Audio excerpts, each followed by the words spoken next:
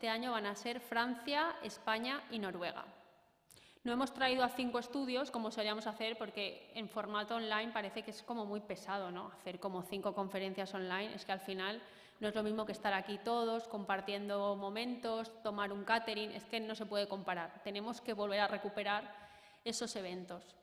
Entonces, bueno, desde Francia, Ingrid Taillandier, que es la fundadora del estudio Ital Architectures, nos va a mostrar hoy cómo su arquitectura residencial incorpora la innovación material del hormigón prefabricado visto con singulares texturas.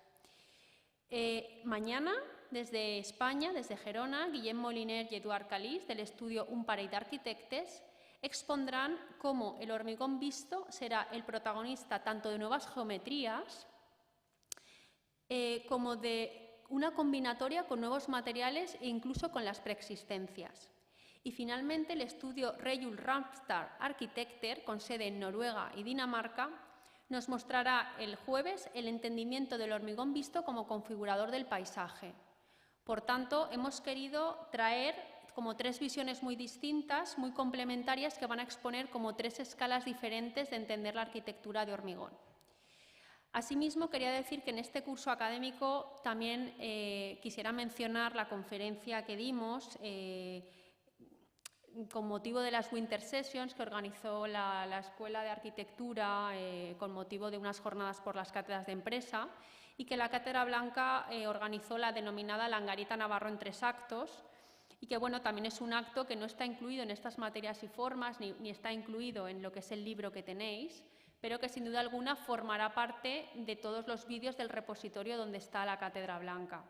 Y a ese respecto, pues quisiera aprovechar también este momento para decir que tenemos un nuevo diseño de la web, que supongo que la estáis viendo a lo largo de las redes sociales y del Instagram. Nos estamos un poco también pues, intentando llegar a vosotros, que es la mejor manera ahora que son las redes sociales, y que en esa web pues, tanto la conferencia de Langarita Navarro como estas 3 irán formando parte de ese histórico que vamos a ir poco a poco acumulando y que al final tiene muchísimo valor porque es como una evolución de 20 años de historia de toda la arquitectura de hormigón que ha pasado por esta escuela.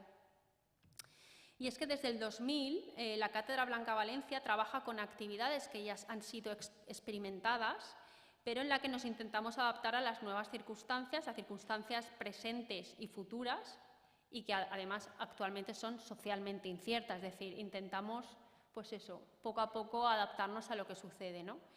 Y bueno, pues estamos también muy contentos de poder decir, aunque no es todavía no se ha publicado, pero que sí ya lo puedo decir de manera oficial, que la Cátedra Blanca Valencia ha sido premiada por el Consejo Social de la Universidad Politécnica de Valencia como mejor cátedra de empresa de la UPV, con lo cual todo eso pues también es gracias a vosotros. Y ya pues para finalizar, pues decir que desde la ilusión y el compromiso la Cátedra Blanca Valencia seguirá en su afán de difundir el conocimiento de la arquitectura de calidad proyectada y construida con hormigón visto, ¿vale? Esperamos que os gusten estas jornadas un poco diferentes, pero bueno, se han hecho con la misma ilusión que siempre. Gracias.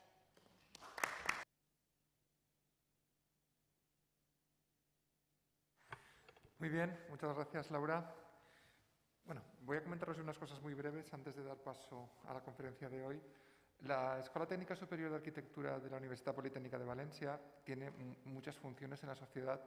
Quizás la más importante, la más relevante o desde luego la más conocida es formar año tras año, generación tras generación, a las mejores arquitectas y a los mejores arquitectos. Cuando pensamos en vuestra formación, o la nuestra, porque nosotros también, por lo menos 2 de esta mesa, pasamos por esas aulas y esas butacas, lo que más inmediatamente nos viene a la cabeza es pensar en las asignaturas. Pero yo creo que ya a día de hoy todas y todos somos conscientes de que las asignaturas y los trabajos que hacemos para ellas no son lo único en nuestra formación. Hay actividades que la complementan y que son igual de importantes que estas asignaturas. Y estoy hablando de las exposiciones, de las publicaciones, de los talleres, los viajes y los seminarios, jornadas y conferencias. Es decir, todo ese corpus que rodea de actividades adicionales, abiertas, gratuitas al público, gratuitas la mayoría de ellas, que complementan vuestra formación en las asignaturas, Son el gran valor diferencial de la Escuela de Arquitectura de Valencia, que la posiciona año tras año en las primeras posiciones de los rankings, precisamente por esa capacidad que tiene de dotar a su alumnado de una formación adicional que le confiere un valor diferencial. Y todas estas cosas son posibles gracias a la generosidad en cuanto a recursos económicos y en cuanto a su tiempo, pues de muchos agentes. Y con esto voy a concluir mi intervención. Estamos en unas jornadas que están organizadas por una cátedra, y una cátedra siempre supone que hay una empresa detrás, que en este caso es CEMEX, a las que ya inicio dando las gracias, llevada por personas, como es el caso de Javier Fuertes, que nos acompaña desde hace muchísimos años, que para empezar creen en la Escuela de Valencia, que creen en la necesidad de mejorar vuestra formación con este tipo de actividades y que, por tanto, dadas esas dos creencias, deciden invertir. Y bueno, yo creo que como institución pública tenemos que estar tremendamente agradecidos y complacidos y complacidas y agradecidas de que el sector privado entienda que tiene que invertir en nosotras y en nosotros.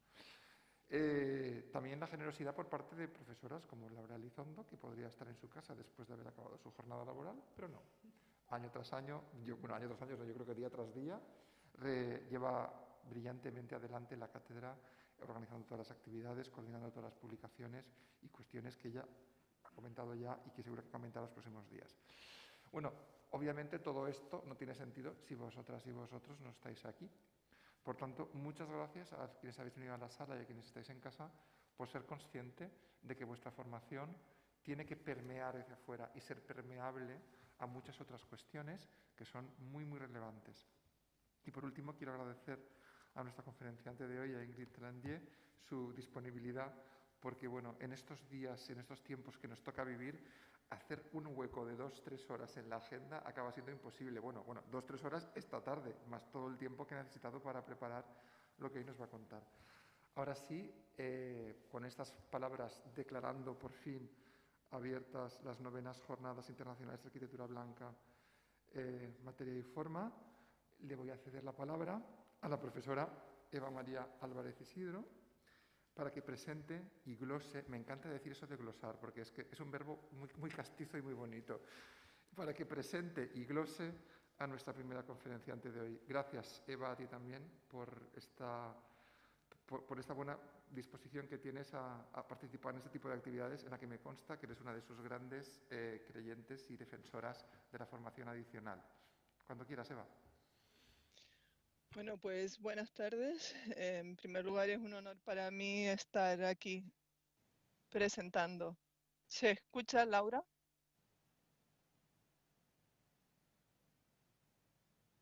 Vale. Agradecer a la Cátedra Blanca la invitación. Es que yo me oigo con eco. Pero bueno.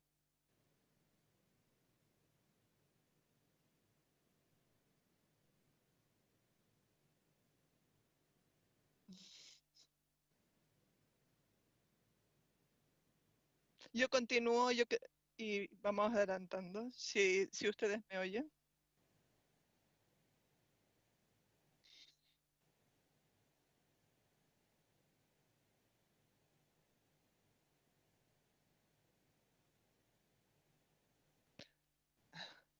Bueno, ahora sí se oyen. ¿Me estás escuchando? Vale. Pues reiterar mi agradecimiento por la invitación a poder presentar a Ingrid Taillandier. Para mí es un auténtico placer.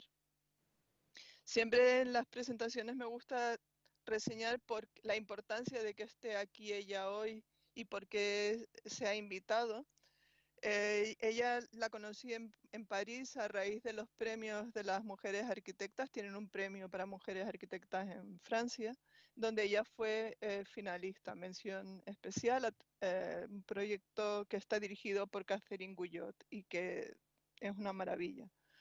A partir de ahí empezamos a ver la intensidad de su obra, cómo resolvía vivienda social en París y en Lyon y en más ciudades, con un gran cuidado en todos los detalles y con una perspectiva de género bastante marcada y bastante bien trabajada en todos sus proyectos, ¿no? Que concluyeron en un libro que se llama Habitar, en donde a través de fotografía todo eso está bien contado y supongo que es parte de lo que nos va a contar esta tarde. Ella es arquitecta por la Escuela de Arquitectura de París-Belleville y máster por la Universidad de Columbia en Nueva York. Además, ha sido profesora en la Escuela de Arquitectura de París-La Villette y desde 2011 es profesora titular de la Escuela de Versalles, de la ENSA de Versalles. Y desde el 2016 es directora del Máster Internacional entre la Escuela de Versalles y la Universidad de Tonji en Shanghái. Además tiene el reconocimiento de ser, en francés pone Chevalier des Ordres, pero yo voy a decir Dama de la Orden porque lo de caballera no me acaba de parecer. Dama de la Orden de las Artes y las Letras. Y además ha sido participante en el grupo de trabajo interministerial sobre la calidad de la vivienda social, porque en Francia además tienen grupos que estudian la calidad de la vivienda social. Yo creo que todo este trabajo que en 2019 pudimos ver en el CETAF, en el Colegio de Arquitectos de Valencia, por otra jornada feminista entre la escuela y el colegio, nos la contará y verán la calidad que tiene y el valor que tiene y que procede de un perfil que es mixto entre práctica profesional activa y práctica teórica activa, que yo creo que la gente que yo siempre propongo que venga es la que lleva el doble perfil, porque me parece que las propuestas más brillantes surgen de esas circunstancias, como el otro día vimos en la obra de Langarite, de María Langarita o de Tatiana Bilbao en las Winter Intersessions. Yo quiero recordar que si alguien tiene, alguna de las personas que está online quiere hacer alguna pregunta, debe escribir un email al email que saldrá en el streaming, que es el de la Cátedra Blanca. Y finalmente quería recordarles que a través de la Asociación del Premio de las Mujeres Arquitectas, ella es una de las socias de un proyecto internacional que se llama Yes We Plan y que hoy lanza una encuesta internacional y que la Cátedra Blanca muy amablemente ha permitido que pueda anunciar desde este evento en el que una de las personas vinculadas a ese premio está aquí. Así que mil gracias. Ingrid, a pleasure to having you here today. Thank you so much. Muchas gracias. Me voy a empezar un poquito en español. Quisiera empezar agradeciendo a Laura y a Eva por esta oportunidad. Muchas gracias. Soy una arquitecta francesa especialista de viviendas colectivas, como Eva just said. Me complace presentarles mis 3 últimos proyectos, teniendo en cuenta 3 temas fundamentales de mi trabajo: densidad, materialidad y bienestar. Ahora, me disculpan por mi español, prefiero hacer la presentación en inglés.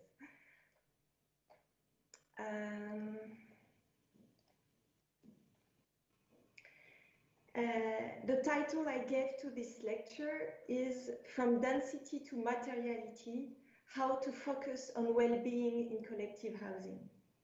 As I said, I will present our last 3 projects of collective housing through 3 subjects. These subjects are pillars for inspiration for ITAR: density, materiality, well-being.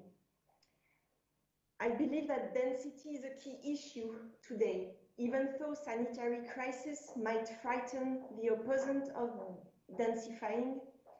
It is our responsibility to build enough affordable collective housings, since 2 over 3 persons will live in metropolitan area by 2050. We have to respond to this demand by building more where needed.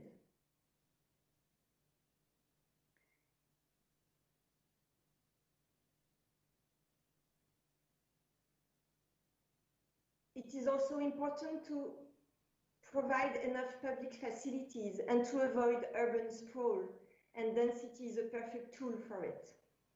I have to confess that high density has always intrigued me since I studied at Columbia University in New York 20 years ago. It is still a major subject of research for me and for my students. 10 years ago, I curated an exhibition called The Invention of the European Tower. Many towers were from Spain, by the way. And for this exhibition was for the city of Paris. And it persuaded the former mayor of Paris to raise the height limits granted in 4 suburb districts in Paris. This catalog that I directed is still online at the Pavillon de l'Arsenal if you wish to get it. The second subject, materiality.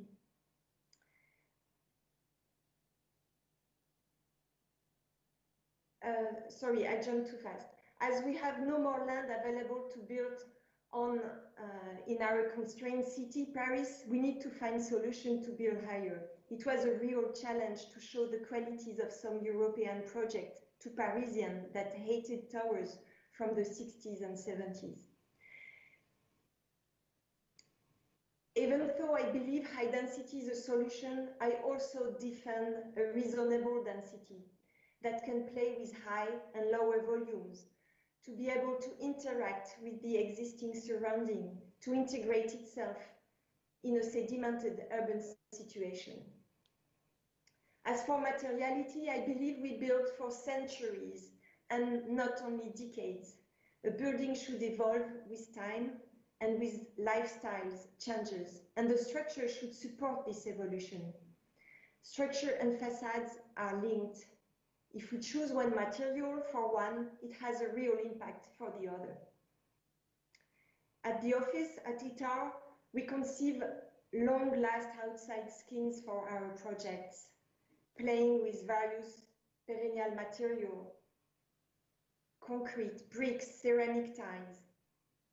Concrete is a wonderful material for structural and acoustic qualities and for the details that we can achieve with prefabrication. As you can see here, the concrete structure from the 1930s of our office from an old parking is a real source of inspiration. This is where we work. As for well-being, I believe we built for the people, for the inhabitants. Our building plays a role of a transitional space between the public space, the street, to the more intimate private space of the apartment. I feel like that a building is like a small community. With our architecture, we can offer spaces for people to connect to each other. Therefore, few characteristics prevail in our design for these common spaces: generous entrance, green courtyard, naturally lighting for circulation, shared space where people can talk, exchange, and that I will detail for each of the 3 projects I will present. As Eva mentioned, we are really into the inhabitant wheel of appropriation, and another important way of designing collective housing for us is to start conceiving from the inside. Double orientation for most of the apartments, an outside space for each family, which give qualities for a better acceptance of living in a collective building. And if the balconies provide a vibrant facade, a way to identify its own apartment from the street, then it means we got coherence for the whole building, inside and outside. Therefore, our last book, Apertura, as Eva mentioned, about our 4 first social housing projects, was about the way the inhabitants appropriate their buildings. By presenting photos of people living in them, we put them at the center of our thoughts. As for the first building I present, it is in fact our last one completed 1 year ago. It is a social housing building with 72 apartments, 1 nursery, and 2 shops of 5,200 square meters in total. What really pleased us was to participate to a densification of an existing plot dating from the 70s with 3 towers built on it. This is before the implementation of our buildings. Finding free land to build social housing is a real challenge for all metropolitan areas, and above all in Paris, which is totally constrained in its area. A challenge that we propose usually to our clients very often. It helps to build more in dense area. It helps connecting these plots to the street and to the urban fabric. And in a way, because the land is free, it also helps to put money in a more long-last building. In this particular project, it was a competition between 4 architects. So the decision of densifying came before us. It integrates itself in a long time neglected neighborhood and quite heterogeneous in its architecture.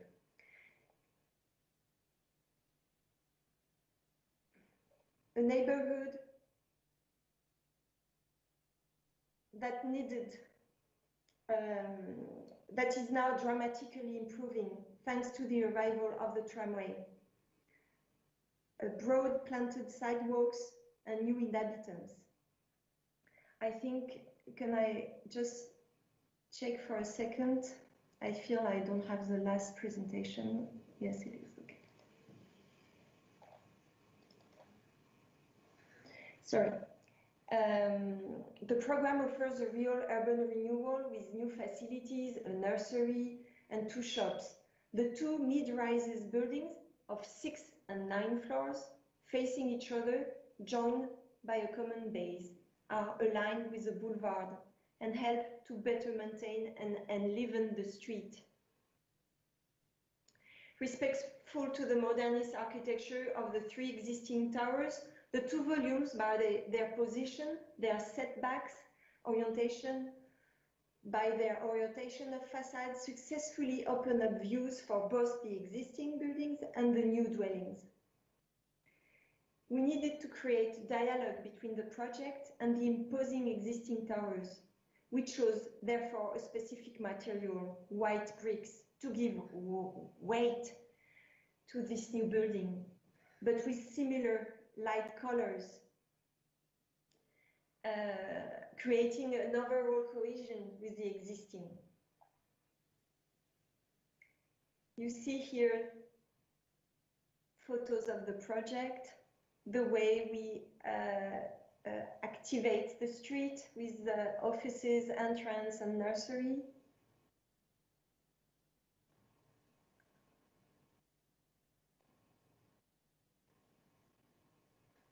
This is, we can guess the courtyard of the nursery in this image.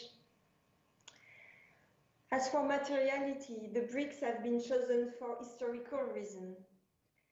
Bricks facades are indeed in this particular area of Paris, Boulevard des Maréchaux, reminders of the many social housing projects built in the 20s and the 30s around all the Parisian ring. You can notice on this plan in orange their location, close to our site, which is here. The presence of HBM, as we call it, social housing, called Habitat Bon Marché in French, is characterized by their linear location on the boulevard surrounding Paris, a former non-edificandi zone preserved for sports and public parks. These interwar dwellings are well known for its use of brick walls, a material commonly used in Paris, but rarely shown in Haussmann style, for instance. these old buildings show a lot of inventivity in their patterns of bricks, and that was a real source of inspiration. This relationship to memory, to history, of the existing is very important for us. The other reason why we chose bricks was also to be able to design curves. These rounded corners, in opposition to the plain right-angle corners of the existing towers, are made of unique material, enhancing transparency and light. These curved angles offer sweetness. The numerous sets of geometric brick assemblage are challenging. They give the possibilities to play with textures and shadow effects. We chose 3 sets: an aerial assemblage of brick, open work for the loggia, like a contemporary moucharabier, plain bricks, and an assemblage of half bricks on their angle for the facades. With these different patterns, we are able to animate the facade.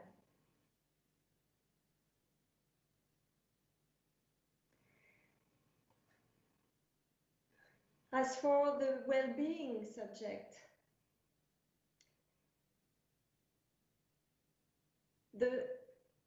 I want to tell you that the enliven of the facade that we do with this brick and with the balconies are not only aesthetical, but they come from our will to create interaction between the inside and the outside. What is important to understand in our design process is how we go back and forth between the inside and the outside, between the effect produced from the street and the quality of life produced for the interior of the apartments. Here is the entrance. Here are the lighting of the circulation through private loggia with a translucent glass or by transparent door leading to a common exterior space. You can see it on the plan.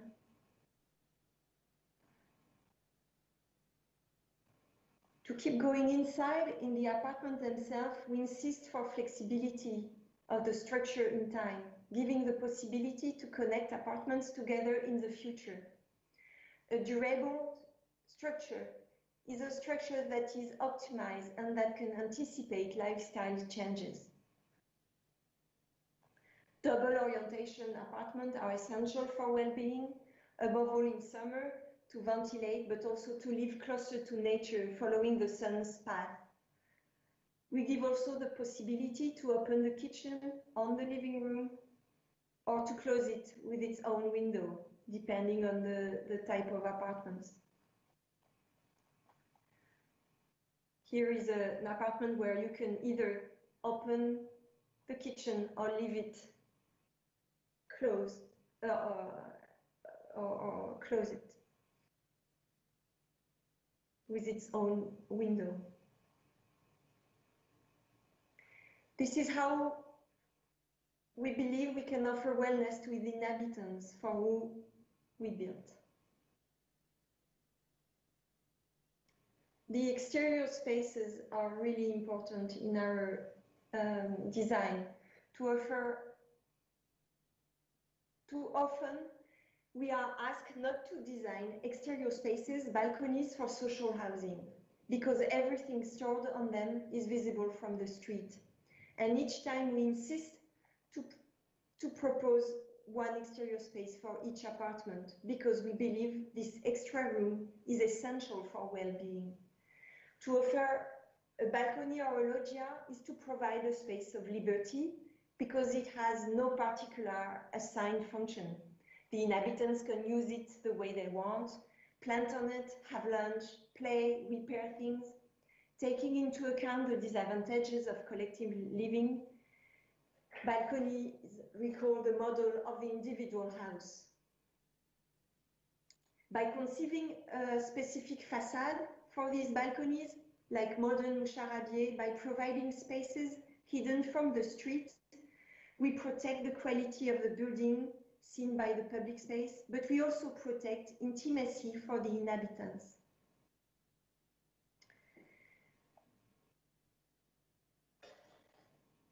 Now, I will explain, probably in a shorter way, the next project, which is Lyon-Pardieu, a project that is still under construction. It is a project of 2 volumes, 16 floors and a 57-meter high tower, with 91 private housing on one side, 47 units of social housing on the other, small lot, 2 shops, 1 religious center, 1 chapel. These 5 programs are all linked together by a core center, a garden that everyone can access to. The land is a former gas station along the railways at Lyon, Pardieu, the train station that we can see here. The train station is right here, and here was a former gas station where we built. Our buildings are protected from the railways by an office building designed by another architect, Wilmot. But we worked together, and we had only 1 permit for the 3 buildings. The program to densify a district that already presents tower buildings along the railway was quite challenging for us. At the corner of 2 main streets, the higher volume glides along the streets like a sculpted blade. The lower volume here, with the young worker foyer residence, addresses itself to the existing office building next to it, sharing a similar height and a similar setback for the last 2 levels. The core of the city block was essential to gather the 3 programs, as I said.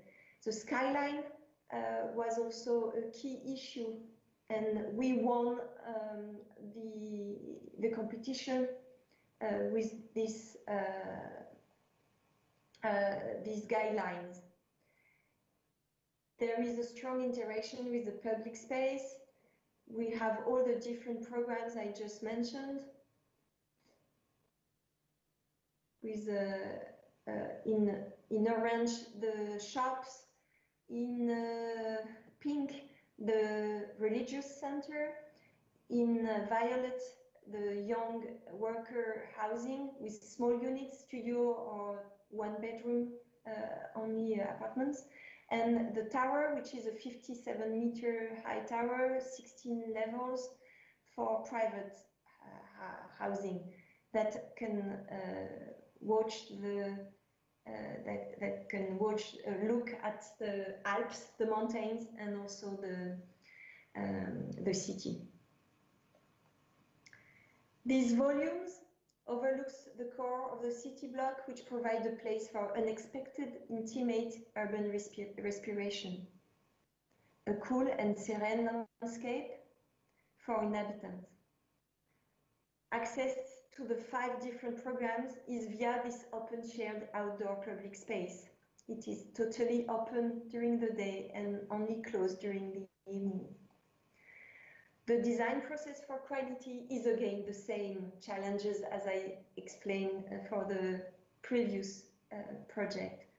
Providing natural light for circulation, offering double orientation to most of the apartments, a balcony for each of them, and a large terrace for the upper duplex.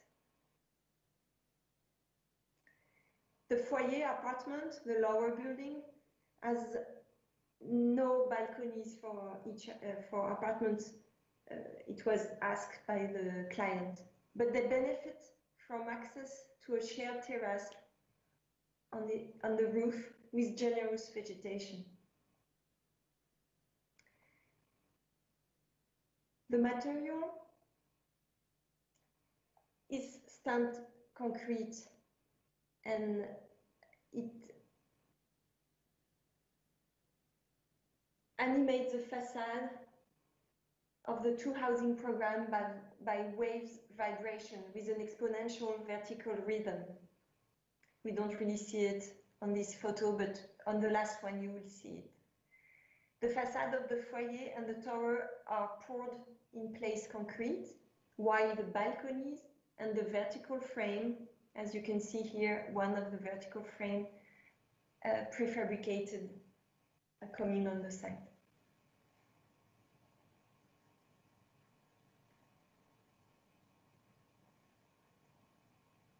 The balconies are either double height or one level high, depending on the apartment's typology. Here is the stamped concrete that you can guess.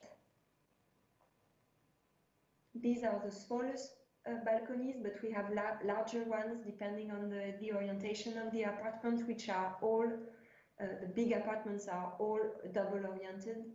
And this is the stamped concrete with vertical rhythm.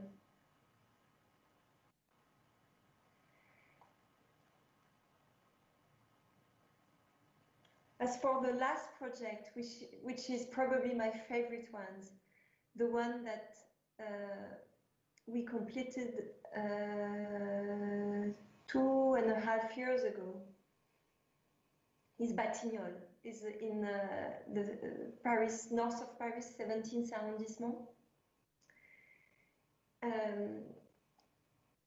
In Paris, the only buildable lands left to create new neighborhood are lands on former railways then became obsolete.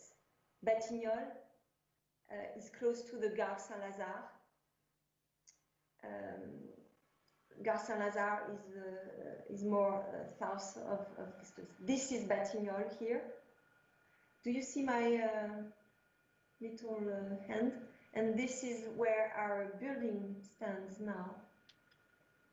Batignolles was a huge new development district with a large park and buildings aside the park.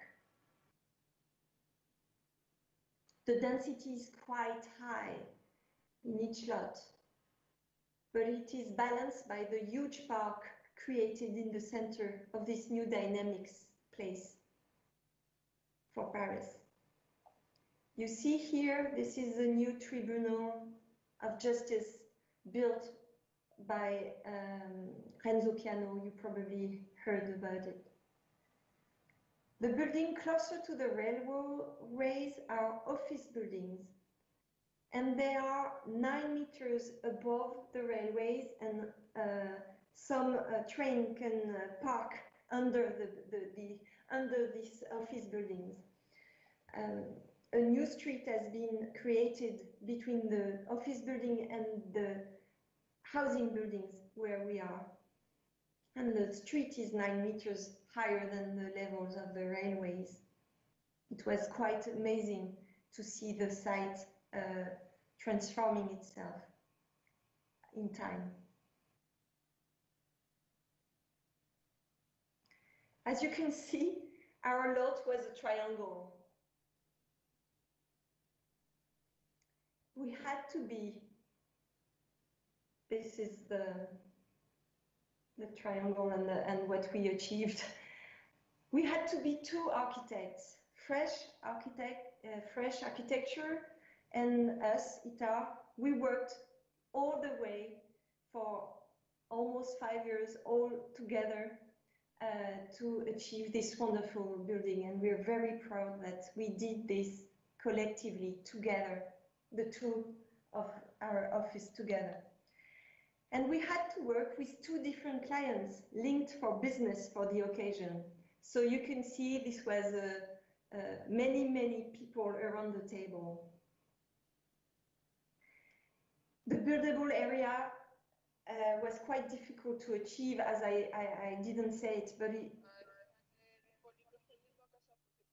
it is about 5 times the square meters of the lot area. We had to build 8,500 square meters. It was really hard to achieve, and it was also difficult to provide different type of housing, private housing, social housing, and the process of design.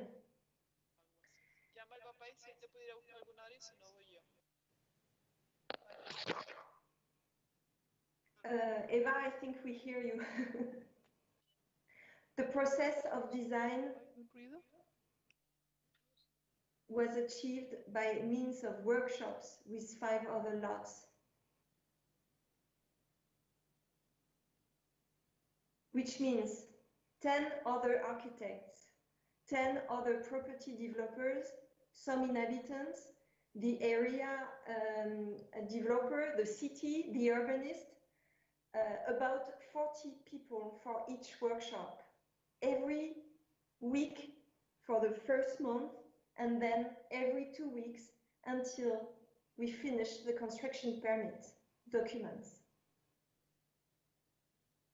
It enabled all of us to work on the overall morphology of several plots and place them within a coherent district project, designing together the skyline of it. You see here all the research we've done for our own lot, and also what has been done with the other lot to be able to balance voids and build and buildings.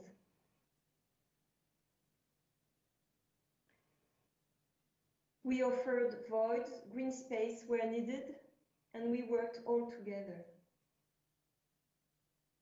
Each of the side of the building offers sweeping views of the vast Parisian landscape and could welcome either large balconies or articulated facade. An articulated facade, what we call the articulated facade, is the facade on east and west orientation with balconies, huge balconies, or large smooth facades with large windows. The reasonable density I talked about earlier makes sense in these projects since we played with various volumes. The tower at the angle of the plot is a streamlined silhouette,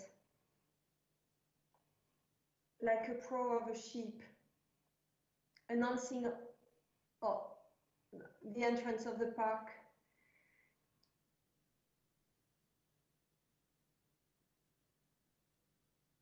We are on one side on the park, and on the other side in a very urban and dense situation. Here you see this plot, this volume of 7 stories next to the tower is also part of the building. It is social housing in it. It addressed itself to a small public facility, a primary school. And this is why we chose to make it lower. We also have, here you can see how they connect, the tower and the lower building.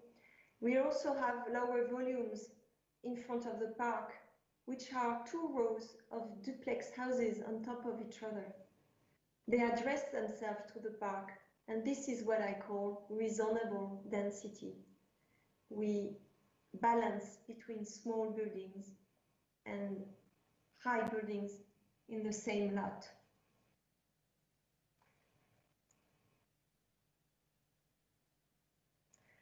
As for materiality, the building volumes are also expressed through the specific use of materials in facade and through the design of the exterior spaces. Historical links have been proposed to the city. A building at the transition between two Parisian typologies. The social housing I mentioned before, very close to the place, right at the Boulevard des Maréchaux, which is also in this area. It is a ring around Paris before the peripheric. And the other inspiration was the Osmanian buildings made out of stone. We wanted to propose a new building dealing with two Parisian influences, and white concrete became the stone. From the very conception, the 50-meter tower was conceived implementing the prefabrication process of formwork walls with integrated insulation. This choice, leading to a concrete monolith, made it possible to respect the planning and to reconcile technical advantages with the desired aesthetic of the facade for us. It was the first time these panels, prefabricated concrete panels, were used for such a high building, and we had to get approvals from the National Technical Commission called CSTB. Advantages of prefabrication are obvious. Time saving, reduced need for formwork, reduced visual pollution, quality of the facade detail. This was the best adapted process for this project. And from the beginning, we worked upstream with the contractor, Jousselin, specialized in prefabrication, to ensure integration of its know-how. We had a lot of discussion about the materiality, how to provide a nice material for the inhabitants when they go on their balcony, but also how to provide the material that can be seen from away, because the tower is seen from everywhere in the neighborhood. The balconies themselves are half prefabricated, half poured on site. They are 13 square meters, so very heavy to be totally prefabricated. This is why we propose this half and half.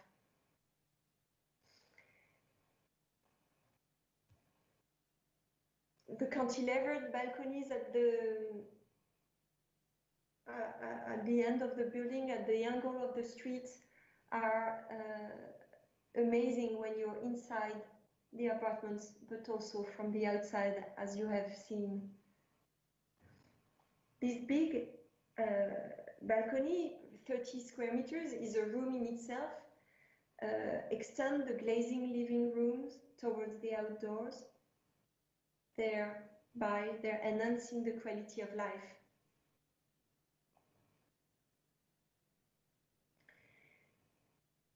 The design of the balconies varies on every other floor, creating the effect of double height, necessary to bring light into the apartments and for offering skyward views. They enhance the verticality of the tower and help individualize the apartments from the facade.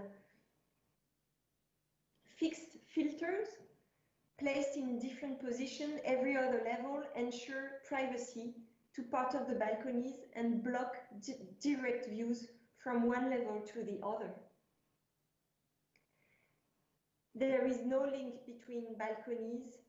We feel like we are in a house, in its own house, with no connection to the other. We can forget that we live in a collective housing thanks to this. These generous outside spaces are really appreciated from the inhabitants. They put a lot of plants on them. They have tables, sofas, and we receive sometimes with Facebook, we receive from them photos enjoying sunrise or sunset with exterior tables, candles, and dinner ready to start.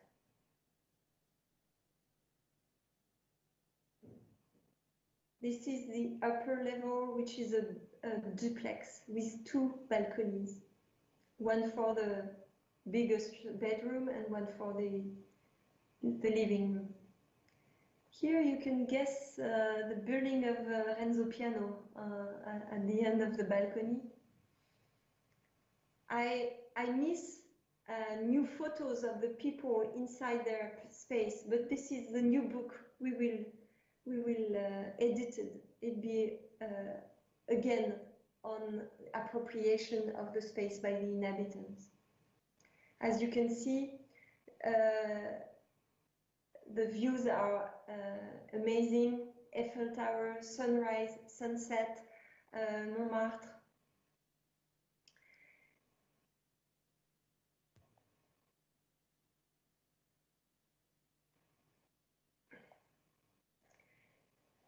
In this plan, you can see how the structure has guided the double orientation of the apartments. What also is really enjoyed by the people, as I ask them, is the garden at the core of the building, leading to a common terrace on the first floor, but also to the houses, the one on the lower level and the one on the upper level.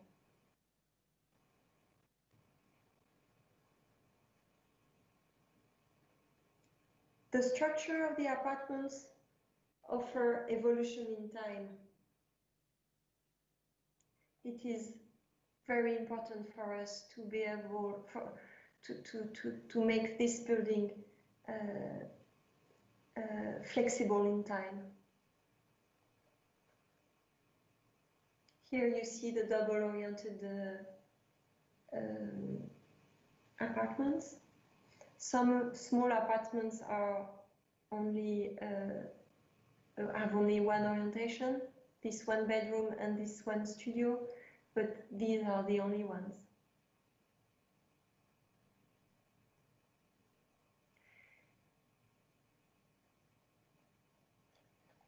We had this, we call it aquarium windows, where you can sit and be totally in the landscape and see and watch this, look at the city. There is another main subject for this building that we really was a key issue. It was to provide shared spaces. We provided 4 different facilities, shared facilities, a concierge service, a laundry at the basement, a shared studio apartment that you can rent for 1 day or a week, that you can also rent for friends or relatives visiting, but you can also rent for to work in it. And the most amazing shared space that really works is the kitchen club, which is on the terrace on the first floor. The terrace is facing the park, and the idea was to have a sink, water, plancha to grill things, and tables to have birthday parties, lunch, work session, or even neighbors meeting. on the garden in front of this terrace, you have plants for cooking. For some of them, and you see how people use it. They even have yoga session on it, and we're really happy about it because this is the way we thought it should be. It is a very organized way of booking it. You have only 3 hours possible for lunch on the afternoon and on the evenings, but only until I think 11 p.m.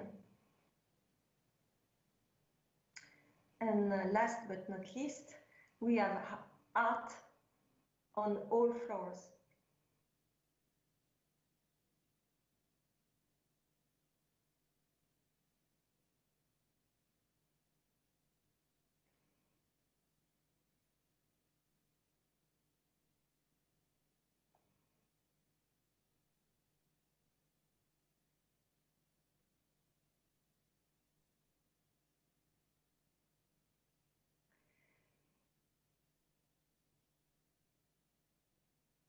Depending on where you stand, the building has never the same silhouette, the same form.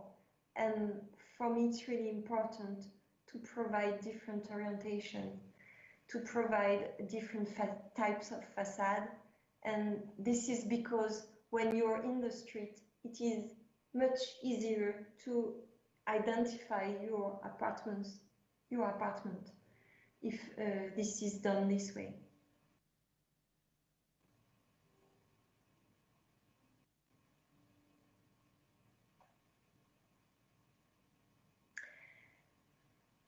Maybe I was too fast, but as a conclusion, I would like to say that our project inserted into existing context cannot simply ignore what is already there. It is a question of building the city on top of the city, of layering, inserting, and dialoguing with the elements already present, and of understanding the past by taking prudent but confident steps towards the future. To exist without imposing, to be of one's times while still respecting the different periods of a city development, this is the delicate balancing act that ITAR, my office, undertakes when it intervenes in sedimented urban situations. Design yields to acupuncture, obeys the hierarchy of the street plan and the built areas, the logic of alignments, heights, and volumes. It sutures, connects, sews up, repairs, prolongs, perpetuates, and maintains the life of urban fabrics by means of the quality of uses and the attention paid to the inhabitants. By putting construction at the service of uses, uses are enhanced by construction. For me, the true material of architecture is neither concrete, nor wood, nor metal. Rather, it is life itself, with architectural design must strive to improve, must try to intensify and better integrate with its environment. Thank you very much for your attention. I can answer to all of your questions.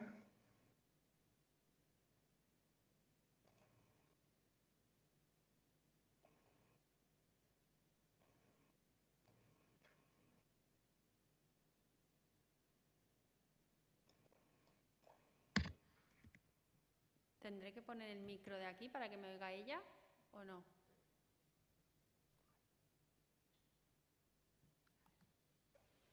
Thank you very much, Ingrid, for your conference. Now it's time for the questions. I think our students have a lot of things to ask. A ver, si no os atrevéis por el idioma, yo que hablo también inglés os lo traduzco, ¿sabes? Quiero decir, no os preocupéis por tener vergüenza. Pero yo creo que ha sido una conferencia muy interesante, sobre todo para muchos de vosotros que estáis ahora trabajando con un edificio residencial y que además se trata también de hacer una manzana con diferentes usos y que has puesto cosas que yo creo que seguro que da pie a la pregunta. Vale, así que ya que sois pocos los que estáis en el aula física presencial, aprovechar la oportunidad para preguntarle directamente a Ingrid. Dime, Pablo, estoy haciendo algo mal. La mascarilla, no. Vale. Ingrid, the technician said that you can don't share the screen so you can see each other. What? ¿Cómo se dice descompartir? Porque compartir. Unshare. You can unshare the screen, Ingrid.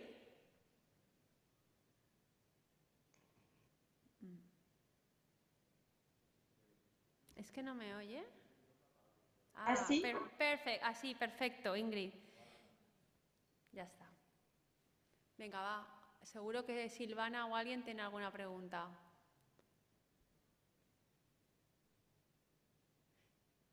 Hemos visto conceptos que no solamente son interesantes a nivel urbano, sino a nivel también de cómo el bloque residencial, pues lo de generar las dobles alturas en las terrazas, las dobles ventilaciones, las visuales, que es un tema que también tenéis que trabajar este año muchísimo en una manzana compleja, cómo son bloques que según la altura van decreciendo o creciendo, ¿no? Adaptándose a las preexistencias también.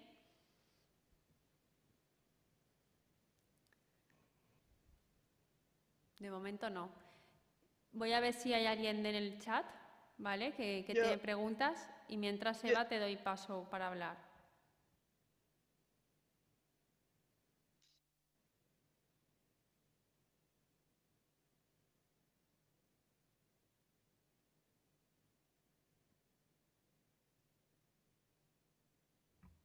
¿Ahora? Yo sí que tengo una pregunta. Vale. Dear Ingrid, thank you so much for your lecture. You know, we love your work, even more on housing. And you have highlighted the topic of density, that is a problem from gender approach. You know, that is always the debate on how much density or how much is the density we have to achieve in the cities. And I would like you to reflect more on how to work on that, because how much density, when you know that you are in the right moment or in the right place regarding to density. There is a problem now with, it was a problem from long ago for the feminists talking about security and safety on the cities, on how you feel safe. And now it's a problem talking from the point of view of COVID pandemic because of nature and fresh air and so on. So it has been very interesting how you have been talking that in Paris now the only way to get more density is operating on the old train railways, because there is no more plots without this problem. But I would like to know more how you propose density, how you know when you have enough or not, how you manage that. That is always a main issue when we start, is how to balance between voids and forms and volumes. And I'm doing a research with my students right now about comment on appelle ça, la densité perçue, perceived density, and why in New York City we accept density the way it is, and why we don't accept it in other cities, how to connect to the existing urban fabric, to how to provide courtyards, green space to make density acceptable, to make density desirable in a way. So I think it's a matter of succeeding in every challenges I just discussed. If you provide an exterior space for each apartment, then the inhabitant itself has a place he can plant. This is really important for the way he lives in the city. If you provide light, you pay really attention to the volumes depending on the orientation of the light. Then also you help people accepting density. But it is really it is a sensible way of designing that produce what I call reasonable density and display of volumes between small ones, big ones. I didn't show my last project, but I have project in Nantes with also these 4 different kinds of volume that connect each of them with the existing surrounding. And this is how I believe we can go higher for some buildings, because we connect the lower ones to the existing fabric. And I really think that high density can be well designed with all these factors, these keys for design. I work a lot with models. If this is an answer, I work a lot with models and also 3D to see from the pedestrian view what we see from the silhouette, from the skyline of the building, and that's it is really something that we feel like we have the right project with the right density. And sometimes we have to fight with the real estate developers to lower the density, to lower the square meters they want to achieve. And we are helped with cities on this. So it's a balance between, if I can do more and feel that the density of the plot of the lot is still acceptable, then I will propose more square meters to the real estate. I have no problem with this. But if I consider that it is too high, this is not good for the area, for the neighborhood, then I would propose to lower the square meters. It is really something I feel when we work on the project. It would be wonderful if we could reflect on that, because this is one of the main topics we are working now. This is the main problem we have when we are talking about the cities and how we could manage that. So if you could tell more, not now, if in the future, writing that, it could be a great help for us or the way you research on that, not the result, the way you approach to that problem in order to know how to proceed with that, because I'm sure that we need more density, but we have to combine that with, as you say, that people feel good in this kind of density. Okay, thank you.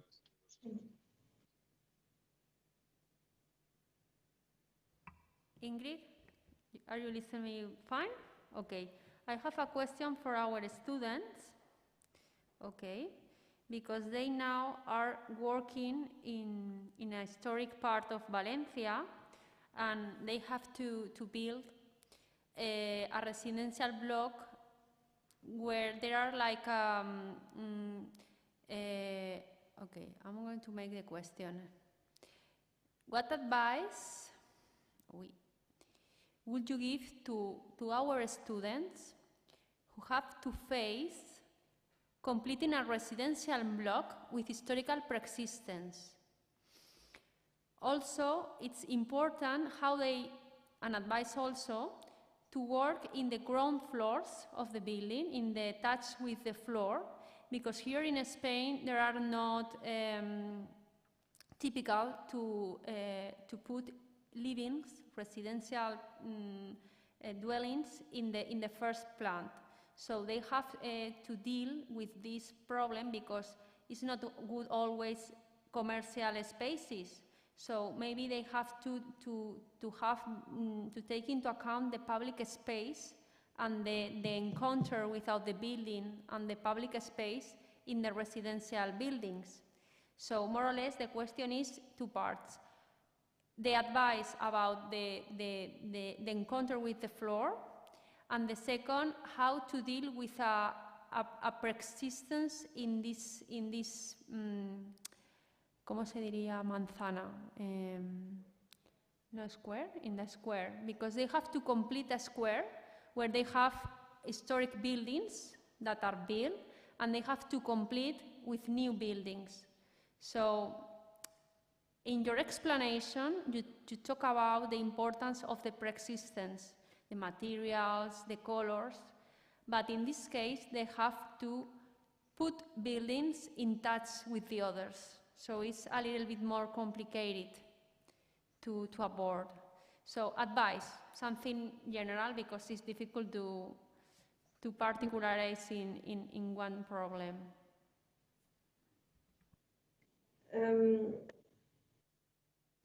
As for the dwellings on the first level, we have to deal with intimacy. We have to deal with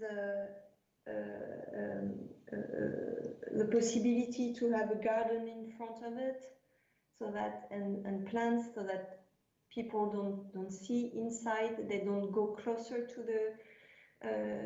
the windows. But usually, what we do is that we implement dwellings on the inside of a lot, on the courtyard, the inside courtyard or the inside garden, and never on the street, almost never on the street. But in Paris, we have the chance to have a lot of commercial spaces on the first level, which at the ground level, which occupy the street facade. And we can then on the back facade, the backyard facade, have dwellings. It is a matter of intimacy, and if there is also a play of levels between the ground floor and the apartment itself that can help dealing intimacy. But I believe if you provide ground floor dwellings, it is also important to provide them with something else that the others don't have. Higher ceiling, a garden, a terrace, something that you cannot have when you're in the upper levels, because you have probably less light when you're on the ground. So that's for the first question. And for the second, I'm not sure I understood.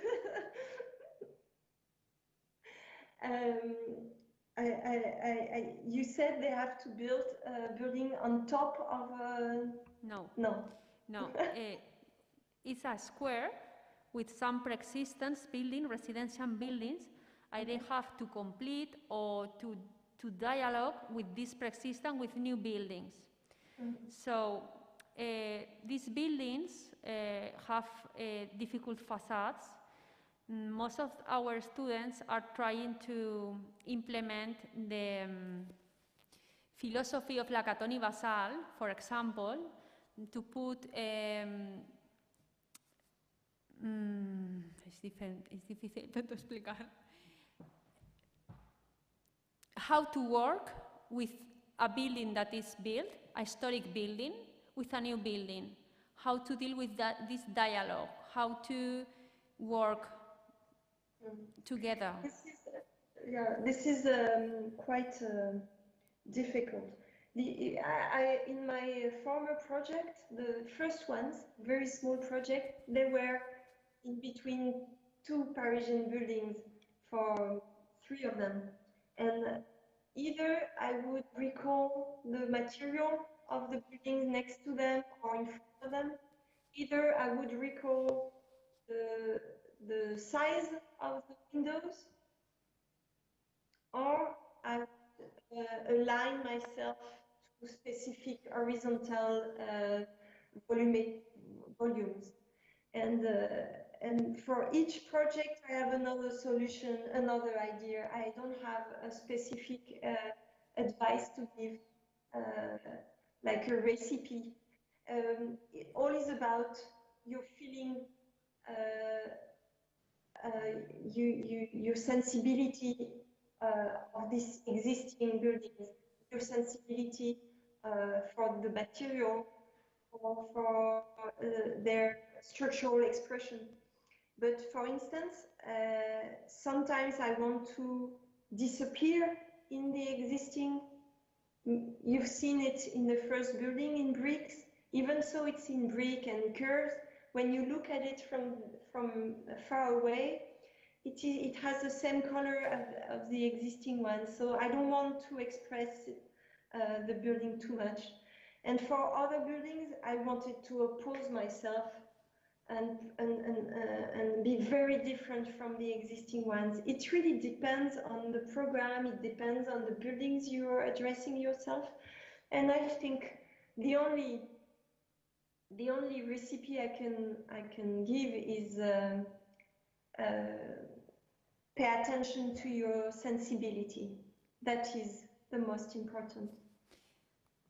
Thank you, Ingrid. And my last question, because I think no hay ninguna pregunta por aquí. Perfecto. We have questions. Vente aquí, sí.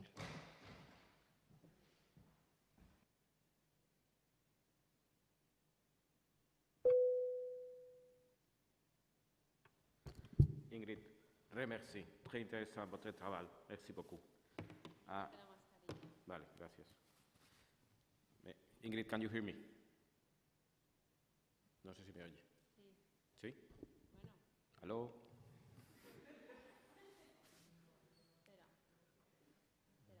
Espera. Ingrid, can you hear me? Yes, I can hear you now. Merci. Très intéressant votre travail. Merci beaucoup. I have two questions. One question and one reflection. The first is I'm thinking on the inhabitants of your buildings after this COVID pandemic that we have suffered, how happy they are with these beautiful balconies that you design in your projects. And my question is, we saw that sometimes promoters of the buildings, when you present such a balconies or such as terraces that you show in the projects, they pretend to use it as a living room or extension of the house instead of have these big areas outdoor. How do you face this problem with the promoter? Did you have these problems with the promoter? This is one question. And the second question... But you said, how do you? I didn't hear it. Sorry. I repeat the question. Yes. The question was that we saw the balconies and the terraces in your buildings that we face here, almost here in Spain, we face sometimes that the promoters, when they design the building and the architects go with these interesting balconies and beautiful balconies or terraces, they want to increase the edificability of the house, adding these balconies to the living room or to the dining room instead of have outside the building.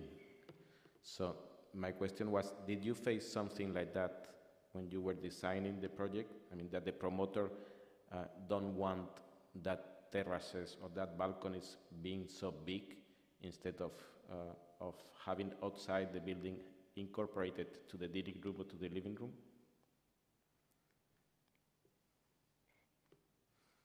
And I have the second question, and if you want, you can start by the second one. I saw also in your projects a lot of precast elements. Do you think, I would like to understand why you choose precast concrete or precast elements, prefabricated elements for your buildings, because as far as I speak with many architects, sometimes the prefabricated elements, you don't like it very much as an architect. But in your projects, it's very interesting how you use it. And I think it's a solution for the density that you show in the projects and for the buildings that you have built. So I would like you, if you can tell us why you choose precast concrete and precast elements. Thank you. Thank you. For the balconies, the rule in France is that when you build in a district developed by the city, you cannot propose more square meters than what was agreed. So there is a real regulation about the square meters you can propose and about the typology of apartments. And then balconies don't count at all in the square meters calculation for the permission, for the building permit. So the more we build, the more the developers are happy, because they can they can sell it in a way to the future inhabitants. It is valuable for them, but it is not counted in the square meters you have to provide to the city. So that's for the private real estate developers. But for the social housing, it is another question. This is why I said very often for social housing, we've been asked not to do balconies because they don't want to deal with the storage in the balconies. And this is something that we really have to discuss with the confinement, the sanitary crisis. We've seen how much people needed an exterior space. So it has been few years, almost since the beginning of my office, that I try to provide one exterior space for each apartment. And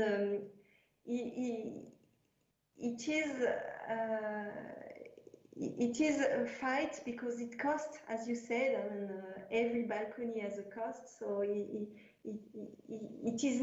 is some money you don't put elsewhere, above all in social housing, because it is not really valuable. They cannot rent this exterior space or like. So I don't know if I answered the question, but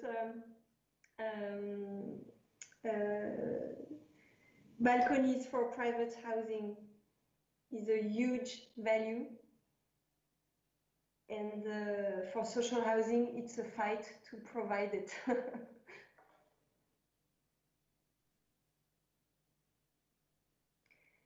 As for the precast elements, yes, I wanted to ask her for her new book. She told us before on how people appropriate for the estates or the use of the house. When you were talking in your lecture, I understood that you were preparing a new book with how your inhabitants are using your dwellings and your estates and the public spaces, and I would like to know more about that if possible. Okay. I finish answering the precast, the prefabricated question.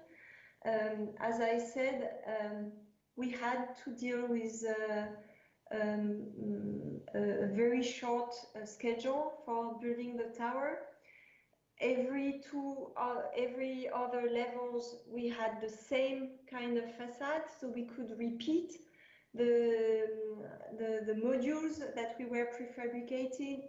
And then prefabrication costs a lot when you don't use enough on appelle ça les mannequins, the models. if you use it only twice, it doesn't work. It is too expensive. But if you use it 16 times, as we did for the tower, then it makes sense. And also, what was quite amazing that we gained space. We've been able to achieve the 8,500 square meters for Batignolles, for the tower, because we had a thinner wall with the prefabricated panels that I showed you. The panels are insulated from the inside. Both of the panels, interior and exterior, are 6 centimeters thickness. And then we pour, I believe we poured 13 centimeters of concrete close to the inner panel. And that was very, very efficient to be between 37 centimeters and 41 centimeters, depending on the matrice, depending on the patterns.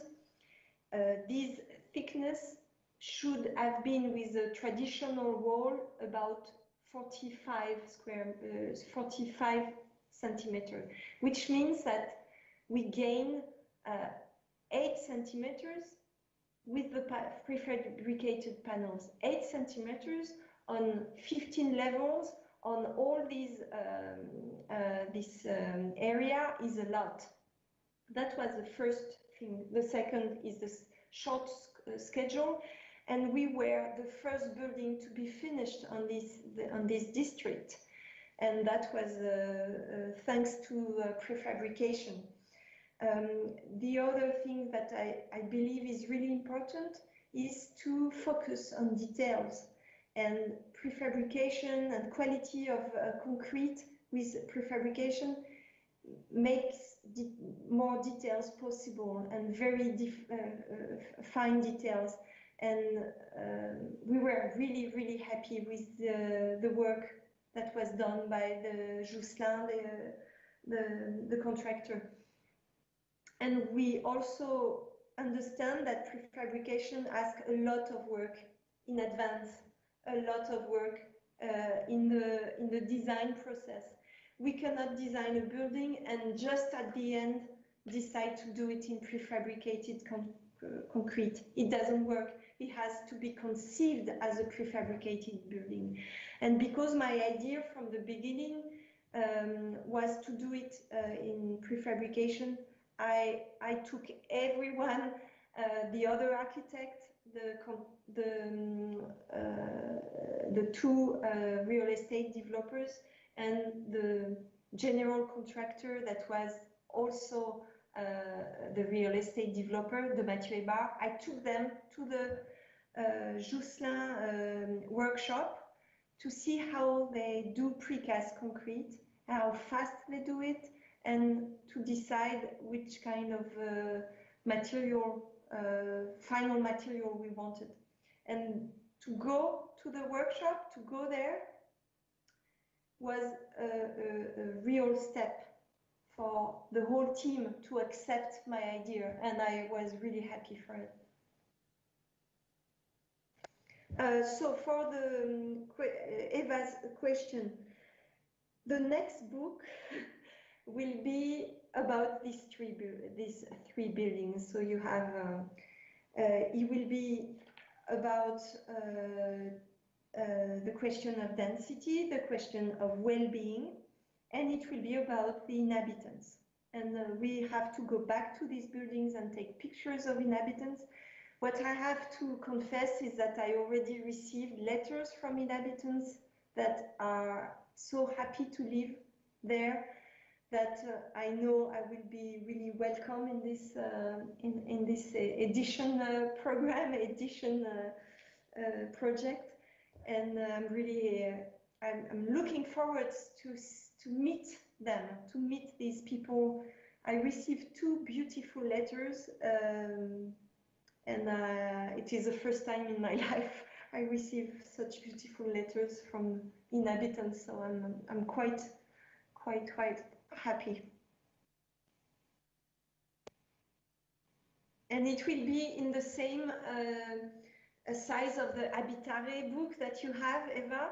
It will be, yes, the same paper. It is like a series, and we have 3 books coming with 3 different buildings. Wonderful. Yes, very interesting. We have 2 questions more, Ingrid, in our chat. The first one is, what is the role of the green or not green roofing in your buildings? What? The first one, what is the role of the green roof or not green roof of your buildings? And the second one, I'm going to try to translate. Okay, it's about the flexibility, the capacity to change the different situations in the building. So the question is, what is your consideration about that flexibility, about the social building, the adaptability to change according to the, what do you think about to follow the utopia about the mobile building, the building that can move?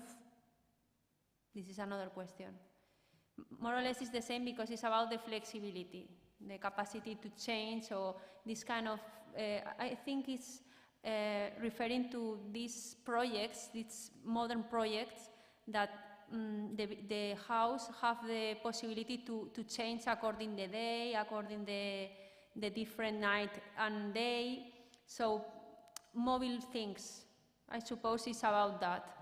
So what is your opinion about this kind of houses? I have, as for the last question, I have some obsession, I have to say, and one of them is acoustic qualities inside an apartment. And mobile walls or doors don't provide acoustic qualities at all. And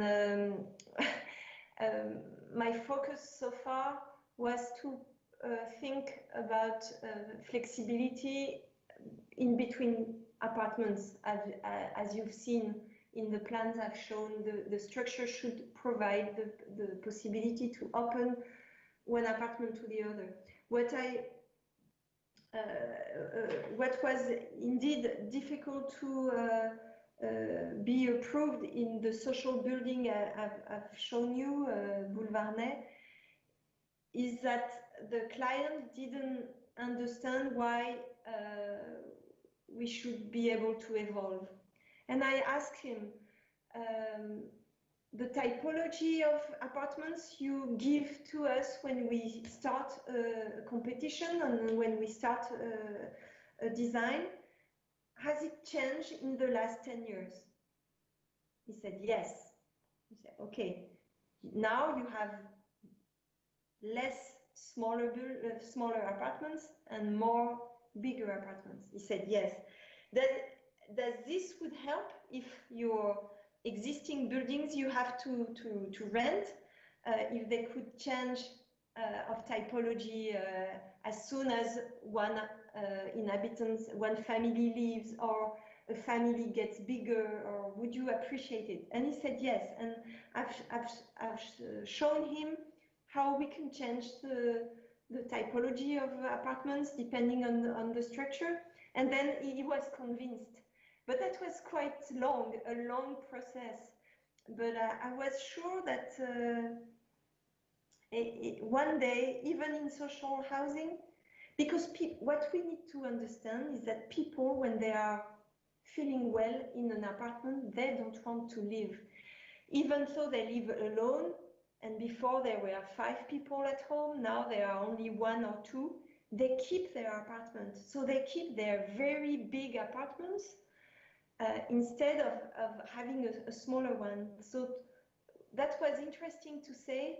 Let's say they stay in their apartment. We take one room of their apartment and give to the next one that needs an extra room.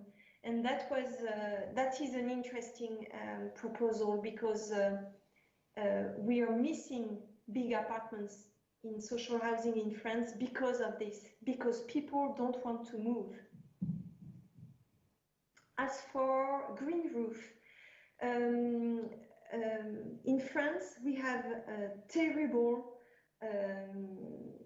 fire security rules, and we cannot have green roof accessible to the public unless it has two stairs. So that's this is why the terrace we've done on the Batignolles is on the first level. It can be accessed either by the tower or by the upper pass that leads to the houses. So it has two levels. And so the roof, in my opinion, should really be a shared space as soon as we can, but it is very difficult for this fire security reason in France.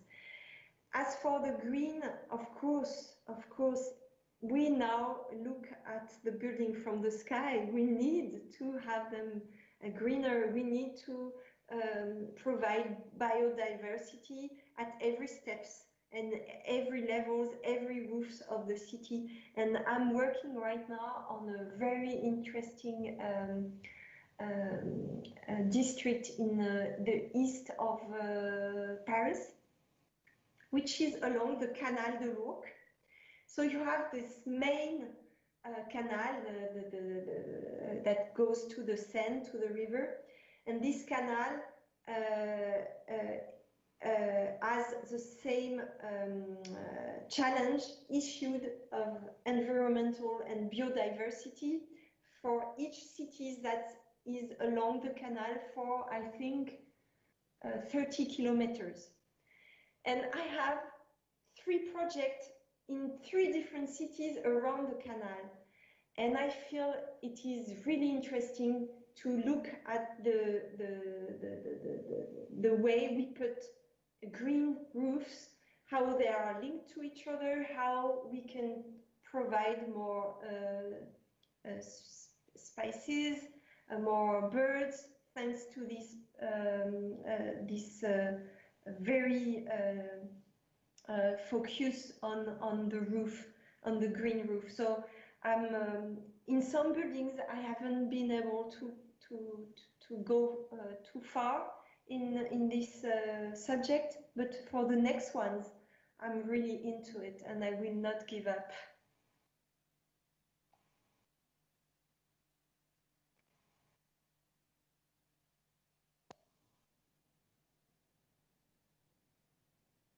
El micro. ¿Alguna pregunta más? Tenemos aquí a Ingrid ya 1 hora respondiendo casi preguntas. Okay, Ingrid, thank you very much for the lecture and for answering our questions. So it's a pity that you are in France and we are here. So the next time we are here together having a paella and trying to be together. So thank you very much. And un aplauso, ¿no? Muchas gracias. Muchas gracias. Pues nada, nos vemos mañana a esta misma hora. Empezaremos en vez de a las 6, a las 6:30 porque no hay opening. Y los que no habéis recogido el libro tenéis un horario de mañana y un horario del jueves, ¿vale? Bye. Gracias, Eva. Hasta luego, gracias. Besos.